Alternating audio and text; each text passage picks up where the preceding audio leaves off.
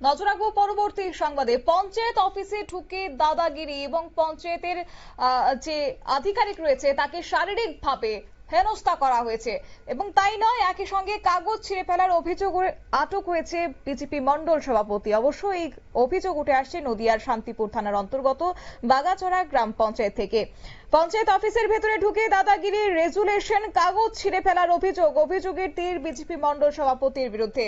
পঞ্চায়েত আধিকারিকের অভিযোগের ভিত্তিতে আটক করা হয়েছে অভিযুক্ত মন্ডল সভাপতিকে। ঘটনাটি নদিয়ার শান্তিপুর থানার অন্তর্গত বাগাছড়া গ্রাম পঞ্চায়েতের।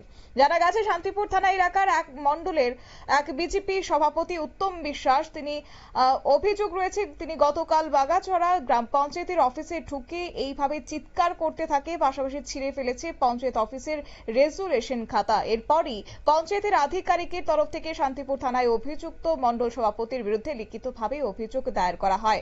অভিযোগের ভিত্তিতে পুলিশ উত্তম বিশ্বাসকে জিজ্ঞাসাবাদের জন্য আটক করে থানায় নিয়ে আসে। অবশ্য এই বিষয়ে বিজেপির রানাঘাট দক্ষিণের জেলা মুখপাত্র সোমনাথ কর বলেছেন, বিষয়টি আমরাও শুনেছি, তবে দলগতভাবে জানার চেষ্টা চলছে আদতে কি ঘটেছিল। এখনো ঘটনাটি আমরা স্পষ্ট নয়, সে কারণে সঠিকভাবে এখন কিছু বলতে পারছি না। যদিও বিস্তারিত কি রয়েছে শোনাবো।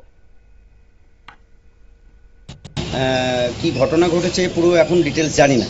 আমি এইমাত্র খবর পেয়েছি, খবর পেয়ে থানাতে এসেছি, এসে কথা বললাম, ওসির সাথেও কথা বলেছি এবং আমাদের যে মণ্ডল সভাপতি তার সাথেও কথা হয়েছে।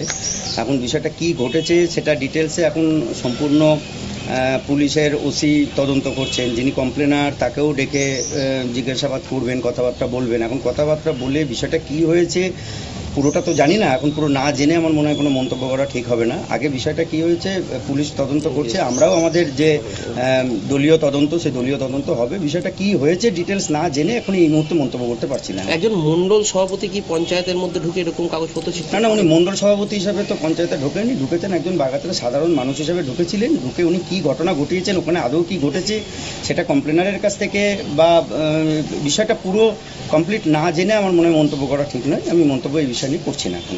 আপনার নাম? ডক্টর সোমনাথ মুখপাত্র, নদিয়া দক্ষিণ সাংগঠনিক জেলা। আপনারা শুনলেন রানাঘাট দক্ষিণের জেলা মুখপাত্র, বিজেপির জেলা মুখপাত্র সোমনাথ করের বক্তব্য। অন্যদিকে এই ঘটনা নিয়ে তীব্র নিন্দা জানিয়েছে শান্তিপুর ব্লক 1-এর তৃণমূল সভাপতি সুব্রত সরকার। অবশ্য তিনি বলেছেন যে গতকাল ওই অভিযুক্ত বিজেপি মণ্ডল সভাপতি পঞ্চায়েতে ঢুকে শুধুমাত্র রেজুলেশন খাতা ছিঁড়ে ফেলাই নয়, পঞ্চায়েত আধিকারিককে শারীরিকভাবে হেনস্থা করেছে। এই ঘটনার তীব্র নিন্দা জানিয়েছে আমাদের জেলা তৃণমূল কংগ্রেসের নির্দেশে আগামীকাল পঞ্চায়েত অফিসের সামনে বিক্ষোভ জানানো হবে।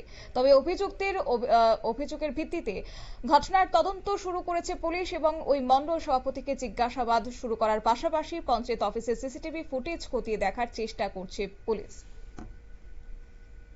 সংবাদ আপাতত এই পর্যন্তই। পরবর্তী আপডেটের জন্য চোখ রাখুন শুধুমাত্র নিউজ ভ্যানগার্ডের পর্দায়। নমস্কার।